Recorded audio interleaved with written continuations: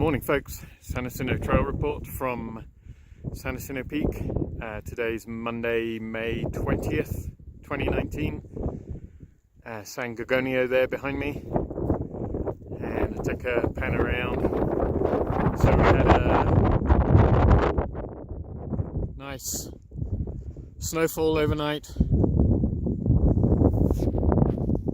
a little more than some forecasts had suggested at least. Just drop down here. It's a fairly bitter northwest wind. So we've got about 9 inches of fresh powder here at Jacinto Peak. At Wellman Divide there were about 6 inches fresh powder and 4 inches at Saddle Junction at 8100 feet on the PCT, and about 6 inches on the PCT at its high point at nearly 9100 feet at Annie's Junction. That's around close to mile 182. I'm going to descend down on the west side to get the estimates for snow there, but they'll probably be pretty similar. Based on the cam, it looked like Long Valley had maybe 2 inches at 8,500 feet on the easternmost side of the mountain. You can probably see the spindrift coming up behind me there. Wind here is gusting to 25 miles an hour. A wind chill of -2 Fahrenheit. That's about -21 centigrade. Air temperatures 19 Fahrenheit. That's somewhere in around, I'm trying to think off the top of my head, about -10 centigrade maybe. Yeah, about that, -8, -9. So pretty chilly. Fairly tough going in the very soft powder. The snow was a kind of very fine rounded grains. Actually was still snowing on us fairly well this morning, above between about 8,500 and 9,000 feet. The forecast is possibly for something similar on Wednesday, so day after tomorrow.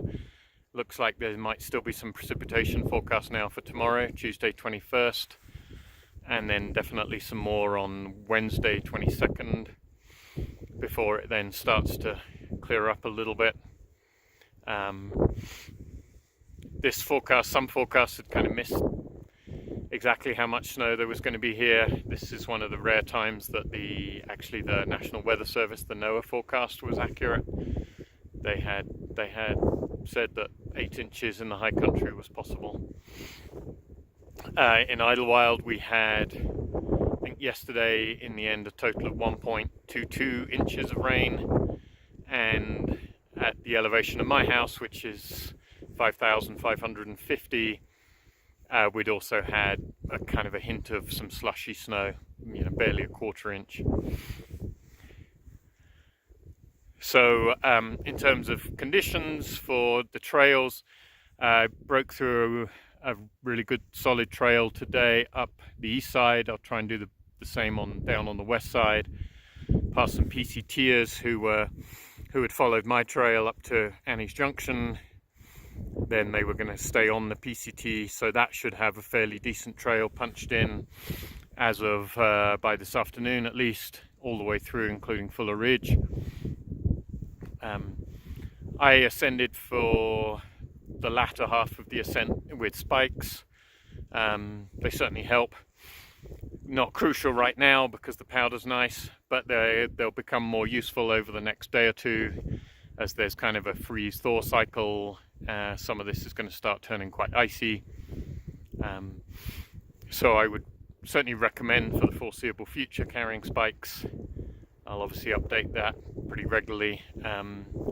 That might be even more so the case if we get some additional snow on Wednesday, which is what's currently forecast, at least in the high country, maybe not in the mid elevations.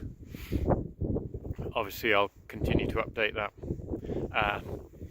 For those who wanted to snowshoe, you could have probably snowshoed above about 9,000 feet. fairly consistent, sort of 6 inches of powder above that elevation. It's kind of marginal for snowshoeing, but it's certainly possible. Certainly at the moment, no necessity for crampons, ice axe.